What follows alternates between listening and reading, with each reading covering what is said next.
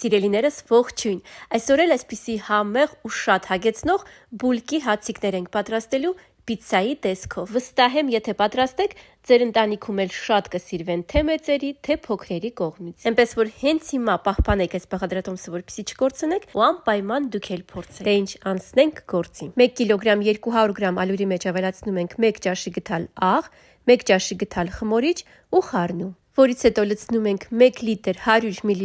ջուր։ Ջուրը պետք է լինի գոլից մի փոքր ավելի տաք վիճակում։ Հիմա հունցում ենք խմոր։ Այսպես գդալի օգնությամբ խառնում ենք այնքան, մինչև որ ստանանք համասեռ զանգված։ Ես խառնում եմ մոտավորապես 10 րոպե։ Պետք է ստացվի այսպիսի թույլ խմոր, որից հետո ծածկում ենք կափարիչով ու 2 ժամով դնում մի կողմ։ Այն պետք է հասունանա։ Տեսեք, թե ինչքան լավ խմոր է ստացվում։ Նաև ասեմ, որ խմորը հասունանալու ընթացքում ես կես ժամը մեկ խառնում եմ։ Իսկ մինչ խմորը կհասունանա, հարկավոր է պատրաստել խճողակը։ Խորը ափսեի մեջ կոտրում ենք 4 հատ ձու, վրան ավելացնում մի փոքր մայոնեզ ու մոտավորապես 500 գրամ քերիչով անցկացրած պանիր ենք ավելացնում։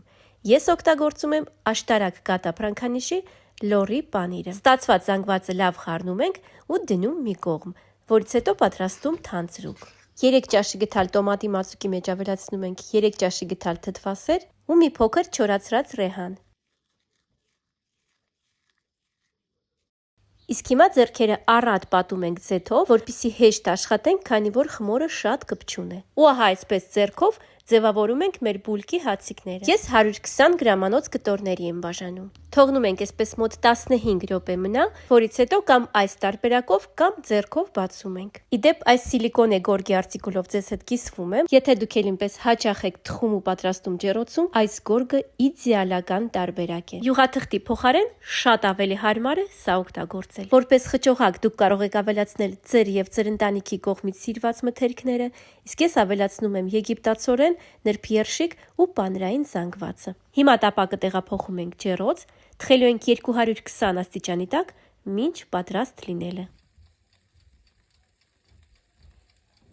Ու մոտավորապես 25-ից 30 րոպե անց մեր շատ համեղ ու հագեցնող ուտեստը պատրաստ է։ Աղջիկներս, փորձեք դուք էլ պատրաստեք այս բաղադրատոմսով ձեր բալիկների համար ու կգրեք մեկնաբանություններում ձեր կարծիքը, հավանեցիք թե ոչ։ Բաղադրատոմսը ու պատրաստման եղանակը շատ պարզ ու հեշտ է, այնպես որ կստացվի բոլորի մոտ, անգամ սկսնակների։ Դե ինչ սիրելիներս, եթե հավանեցիք այս հոլովակը, ապա չմոռանաք լայքել, կիսվել այս բաղադրատոմսով նաև ձեր ընկերների հետ ու բաժանորդագրվել իմ տնական բաղադրատոմսեր ալիքին։ Իմ էջում շատ հեշտ ու համեղ բաղադրատոմսեր կան, այնպես որ անպայման բաժանորդագրվեք։